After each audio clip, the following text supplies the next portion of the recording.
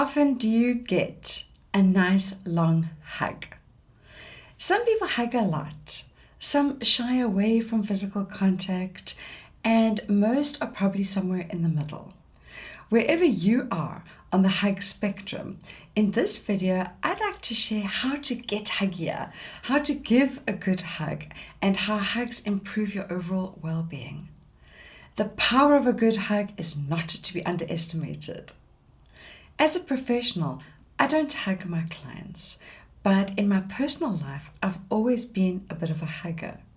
This is in contrast to many members of my family who tense up when someone wraps their arms around them. But whether you're entirely comfortable with hugging or not, holding on to the people we love is more than just symbolic. It's actually good for us and good for them. Physical touch is really important.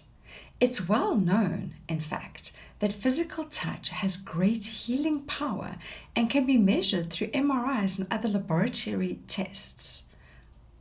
Premature babies used to be kept in incubators and touched as little as possible because it was thought that the danger of infection was more risky. But it became obvious to the medical profession that babies who were touched had a much better chance of surviving.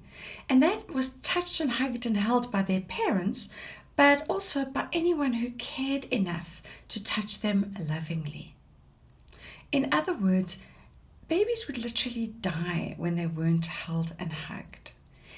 As you grow up, you are less likely to die if you don't physically connect with another human being, but that doesn't mean that you don't still need to be hugged. When you're not hugged, you're more likely to be stressed out, to get sick, to feel anxious, and to feel isolated. Not being touched can even make you more aggressive, and that's according to the science. When you're hugged, physical things happen in your body. You get a shot of oxytocin, which is the love hormone that plays an important role in social interaction and bonding. And when you experience the love hormone, what you experience in your body is a surge of love that is truly good for you, and that is truly the power of a good hug. There's been a lot of research, especially since the pandemic, suggesting that social isolation and with it, the inaccessibility of physical touch and hugs has led to all kinds of mental health difficulties, and this makes intuitive sense. When you're alone and connecting with people only via Zoom or social media, it's really not the same as holding a living and breathing entity. It's better than nothing, but you need the living and breathing physical contact as well. Studies have shown that physical contact includes more than holding a human person. It can be your dog or your cat or whatever pet you love, but hugging is the gold standard. Apparently, how to give a good hug is to hang on for as long as 20 seconds.